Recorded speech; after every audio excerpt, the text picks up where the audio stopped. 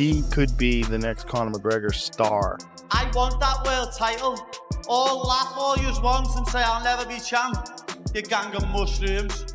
Like that kind of a star where the whole He world's has watching. that weird personality. Yes. Yeah, he has that. Well, he's very disarming because people, they see, I talked about this in the last pay-per-view. I said it's a very sneaky trick because guys like you look at you, the way you carry yourself, the way that's a fighter. Like you look at that guy's a dangerous motherfucker. But when you see Paddy, he's dancing like this, his hair's flopping around like he's in the Beatles. The hardest round in the gym, it's just 5 minutes of getting took down, beat up, get a little glimpse of hope to get up, and end up catching a knee or an elbow. So hardest round in the gym, but until you get better. It's like where I'm like weird timing myself. He's even weirder. It's hard to deal with, but he's the best for a reason. It's only going to make me better. Perfect training partner for me. If this is the start of this camp, fuck me. What's it going to look like towards the end of it? Joe Rogan has weighed in on some unsettling new footage coming out of Paddy Pimblett's training camp. And it's already dividing the MMA fan base ahead of his clash with Justin Gaethje. This isn't highlight reel pad work or social media fluff. What people are reacting to is Paddy being submerged, restrained, pushed past comfort, and forced to control his breathing while every instinct tells him to panic. According to those around the camp, this isn't a stunt or a viral moment. It's intentional preparation. Paddy is training for the most unforgiving test of his career because Justin Gaethje doesn't give opponents space. He doesn't slow the pace. He doesn't let you reset. And Rogan has said for years that Gaethje's real damage starts long before the punches pile up. He breaks fighters mentally, drains their composure, and forces bad decisions before the physical toll fully shows. But that's why this matchup suddenly feels heavier. This isn't just about skills or toughness anymore.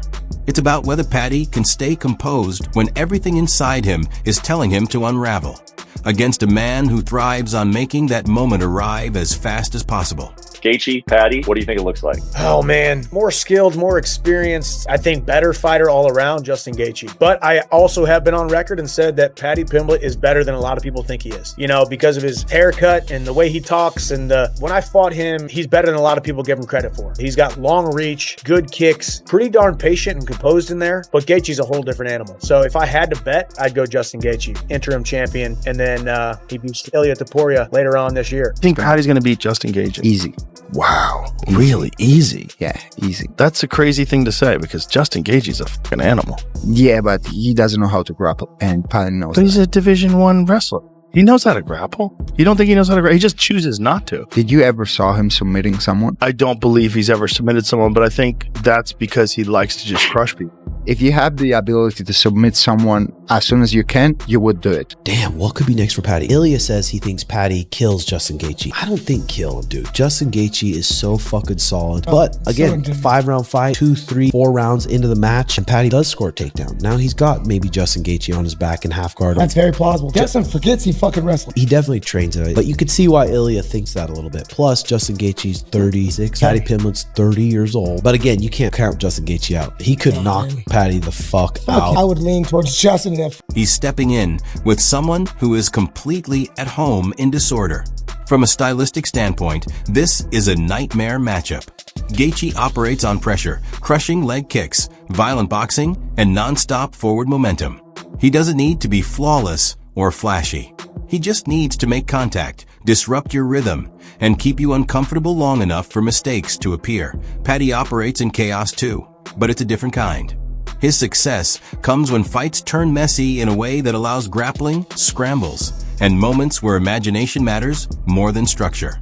He needs opportunities to slow things down, reset, and drag opponents into unfamiliar territory. And that's the core question hanging over this fight. Can Paddy last long enough to shape the fight on his terms? Because if this stays upright for extended stretches, if Gaethje starts hacking at the legs early and forcing exchanges in tight space, the danger escalates quickly. That's why the training footage actually matters. It's not about proving toughness or impressing anyone. It's about conditioning Paddy's mind for prolonged stress, for fatigue, pressure, discomfort, and the kind of panic Gaethje specializes in creating. I said the coolest story, and I heard this yesterday, and I didn't bring it to you because I didn't believe it. I had to confirm it. So Paddy the Baddy just got beat. Paddy the Baddy, as a matter of fact, got submitted. Do you guys even know what I'm talking about? So there's something that goes on in England This is Paddy's gym. Paddy enters this thing every year. It's called something. And then they have a king of the mat. It's a grappling tournament, but they have this thing, this king of the mat. Paddy was in the finals a year ago, and after an hour, they just stopped the match and called it a draw. So he was a co-champion. So whatever this thing is, it's a thing that matters to him. So he enters it, I guess, over the weekend. I guess. And he ends up getting beat. Now, one of the reasons it's so cool is I don't think you have heard about it. One of the reasons I think it's so cool is there's no other sport where this would happen. One of the reasons I think it's so cool is it doesn't matter. And that's one cool thing about our community. Like, if a guy like Paddy wants to go out there and take a risk and do something like this, he can chalk that up to a tremendous victory. He can also chalk that up to a workout. And you know what? We need to keep it that way. It's one thing that we have done very well as a group, and there's no other sport that's like that. You will never hear of a time that LeBron drops in for a one-on-one with the college star. He just couldn't take the risk. He just simply could not take the risk. This happened when I was a kid. It was to John McEnroe in Oregon. This was before the internet was a thing, but John McEnroe came out and he played somebody. We had some high school star down in, it was down in Eastern Oregon. I want to say maybe Pendleton. At any rate, the guy beat him. Our high school star beat McEnroe, and this was a thing. This was a thing. But it's one of these reasons why you can't ever get that. Like, you are left to believe that the NBA is better than the NCAA. You're led to believe the NFL is better than college football. I'm sure you're right, but there's exceptions, and there's certain positions at certain times where there are exceptions. You will never know. Those guys will never take the risk. They will never take to the field. They will never take to a three-point stance and go, they'll just never do it. On the outside chance that somebody's filming and somebody puts it, it's one of those things. And you get guys that love to compete. I mean, I got one resentment towards our sport. One, which is that we only do it 3 times a year. I mean, I can't even tell you the lack of respect that I have for a guy that misses a martial arts fight. Justin Gaethje versus Paddy Pimblett should not be for an interim title. So it was announced that Justin and Paddy will be fighting in January as UFC 324's headliner, and as much as I like this matchup, I have a problem with it being for an interim title. Because champion Ilya Topuria says he won't be fighting in the first quarter of 2026 due to personal reasons, so he expects to make his return around spring. So not only do I think that is not too long enough to warrant an interim title fight, but it also feels wrong to have this fight without Arman Tsarukyan in it. This is a belt for the 3rd best fighter in the division, and honestly, it may not even be for the 3rd best when we consider fighters like Max Holloway and Charles Oliveira. This is something the UFC did to appease Justin, who has basically said he's only fighting for UFC gold, and for Paddy, who the promotion wants to see become a champion. Overall, great fight, and I'm going to side with Paddy on this one as I think Justin is past his best days, but yeah, this should not be for an interim title. But what do you think? Because Gaethje doesn't just bring pressure, he brings layers. And that's exactly why the MMA world is split down the middle on this fight. There's a real group of fans who believe Paddy's self-belief, toughness, and slick submission skills could flip expectations completely. The thinking is simple. If Paddy can survive the early storm, pull Gaethje into longer exchanges, and create a scramble instead of a firefight, the fight changes. One grip, one transition, one opening around the neck, and suddenly everything looks different. I expect a war, obviously.